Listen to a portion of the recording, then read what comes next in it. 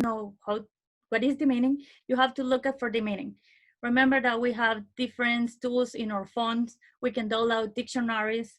I recommend you just to download a monolingual using English dictionary. It can help you just to understand the meaning of each word and also increase your vocabulary because you are going to learn what is the meaning of that word. And it's very helpful. When you find a new word, just go and look at it. Look at it. Don't keep your doubts because this is the worst thing that we can do. If we are going to learn the language, we have just to do it. Just submerge in that. Do it. And we can do it. Everybody can do it. Como les decía en este consejo es, no nos quedemos con las dudas. Las dudas hacen que no progresemos en nuestro aprendizaje.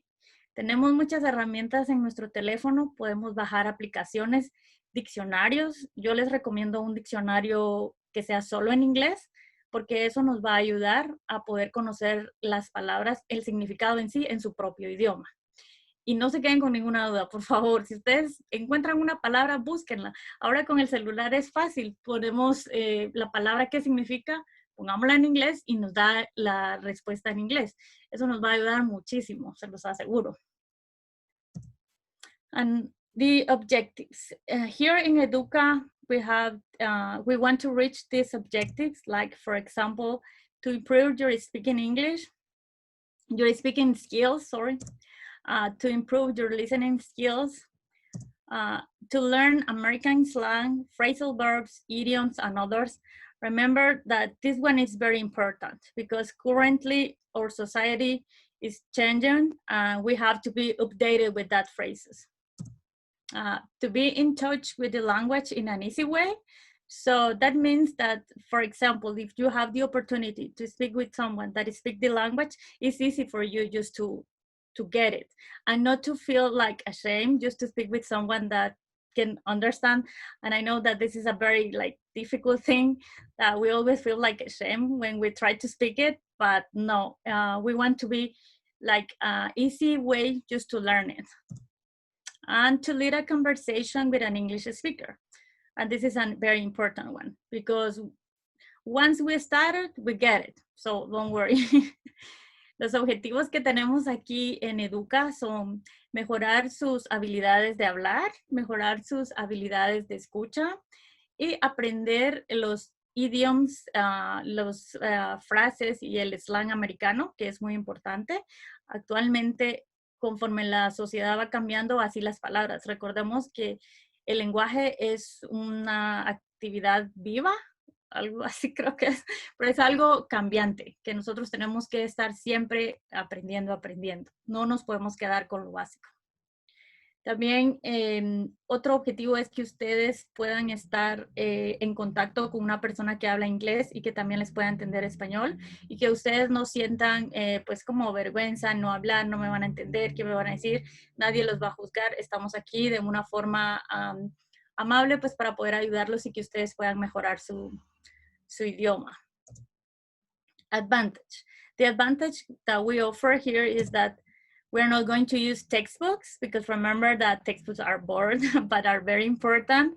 But I know that some of you have some knowledge about the grammar or some are used to some textbook, but no, we're not going to use that here. No grammar.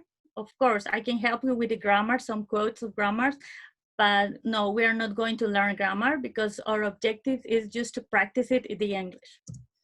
No task. I am not going to give you tasks or some things that can take your time, so no worries about that.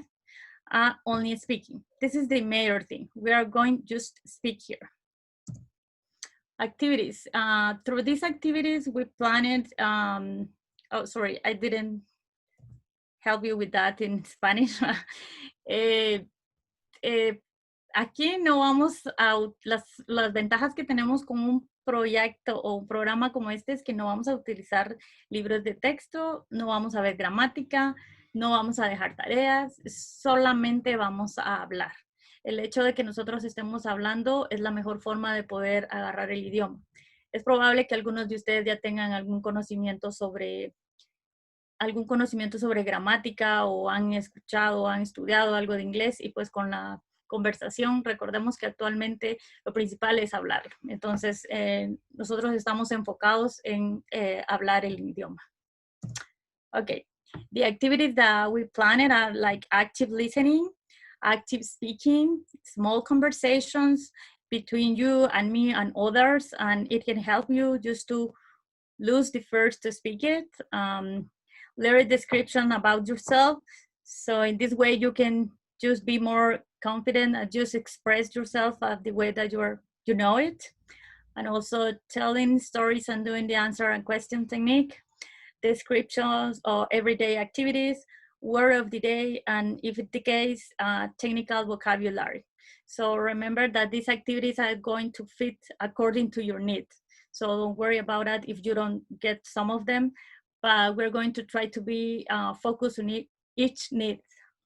Como les decía, las actividades que tenemos aquí son como la escucha activa, habla activa, pequeñas conversaciones, descripciones sobre ustedes mismos, lo que les va a ayudar a desenvolverse mejor. También tenemos la técnica de contar historias y hacer preguntas para ver el nivel de comprensión.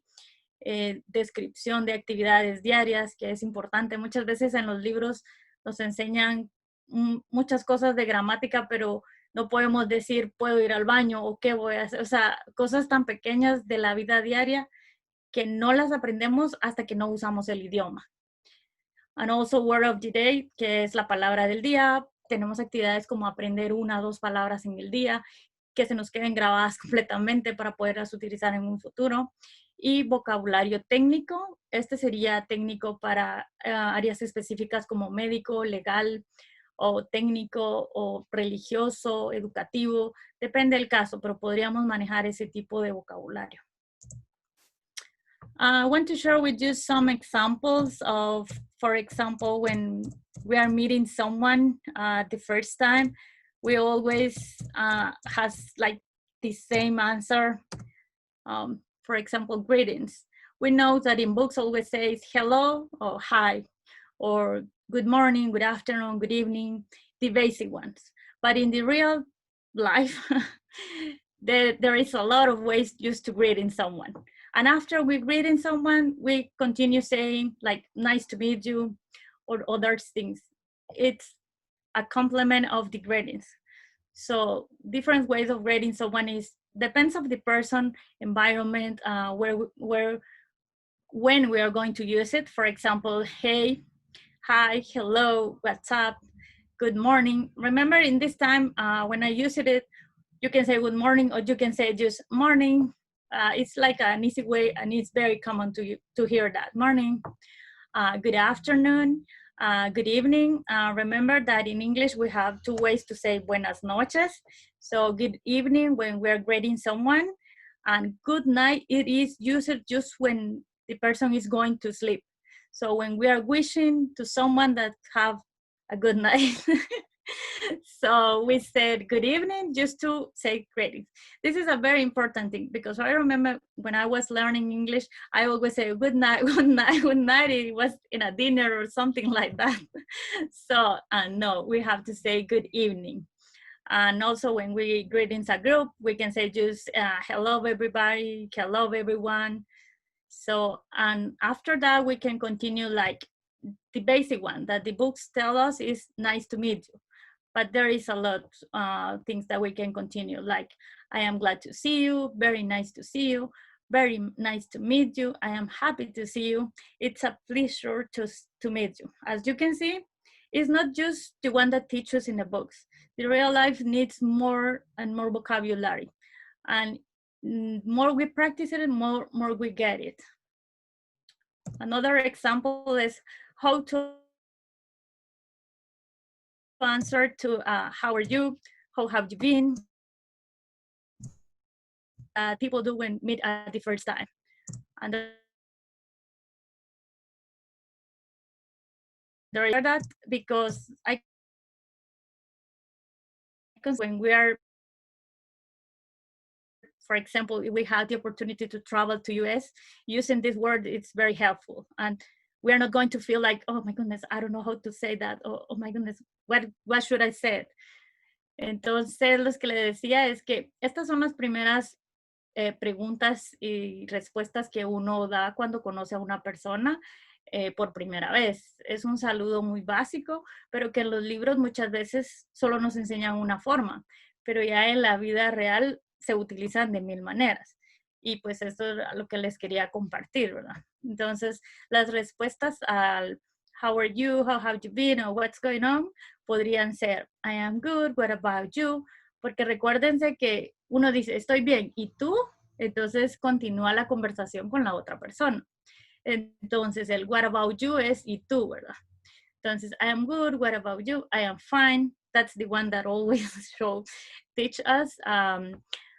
I am fine, what about you? Or I am fine, thank you, and you? All good, thank you. I'm great, thanks, or I'm great, thank you. Not bad, all right. So there is different ways and you can learn it just through using the language. For example, how to answer to a thank you or thanks.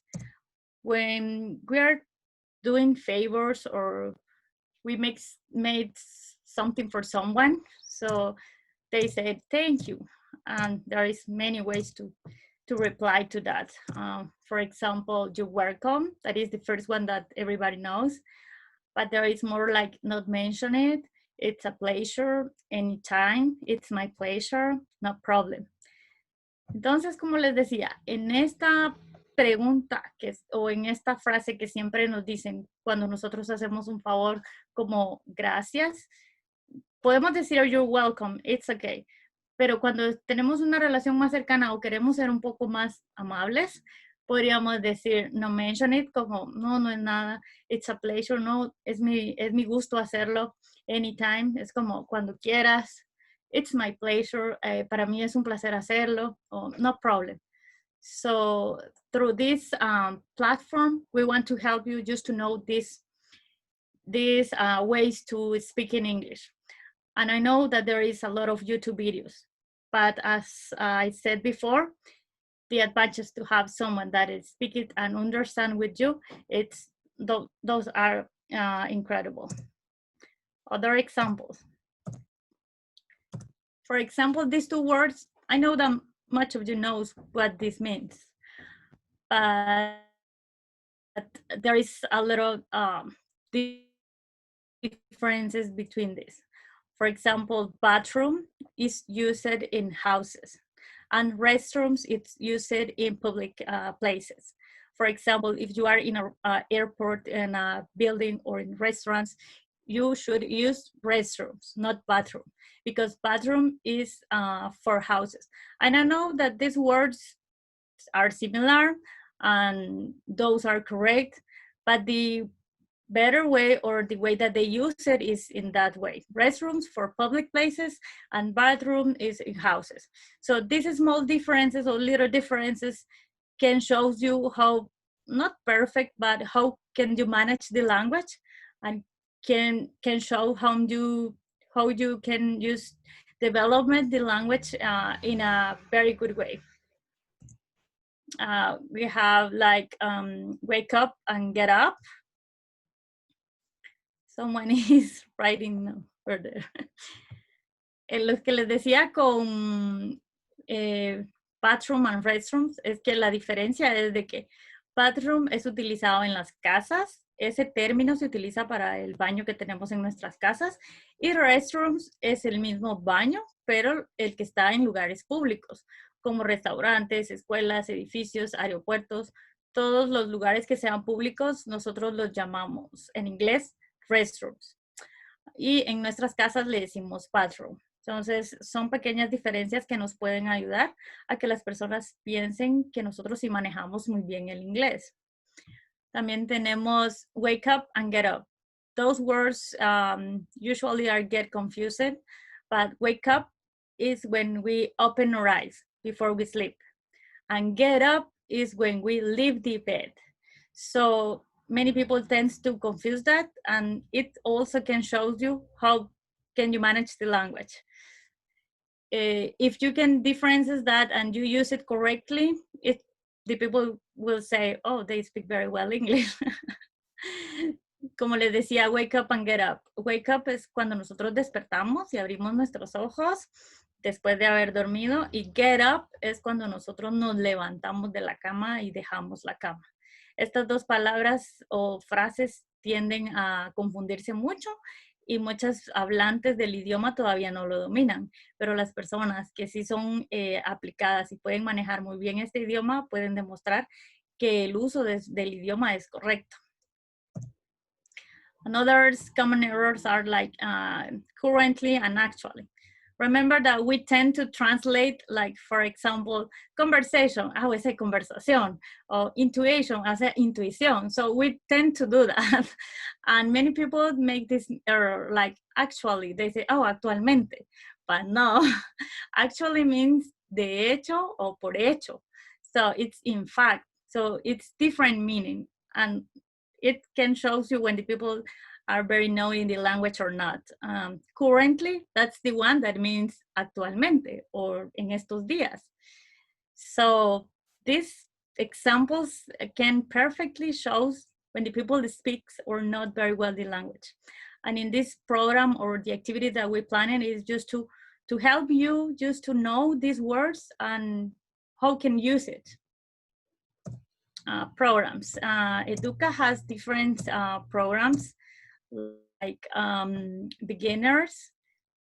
We are planning like listening comprehensions and speaking skills, and also intermediate, like development of speaking English skills, sorry, and advanced, like speak fluently and confidently. And also we can have like comprehensive reading courses. Los programas que Educa tenemos planeados para ofrecer son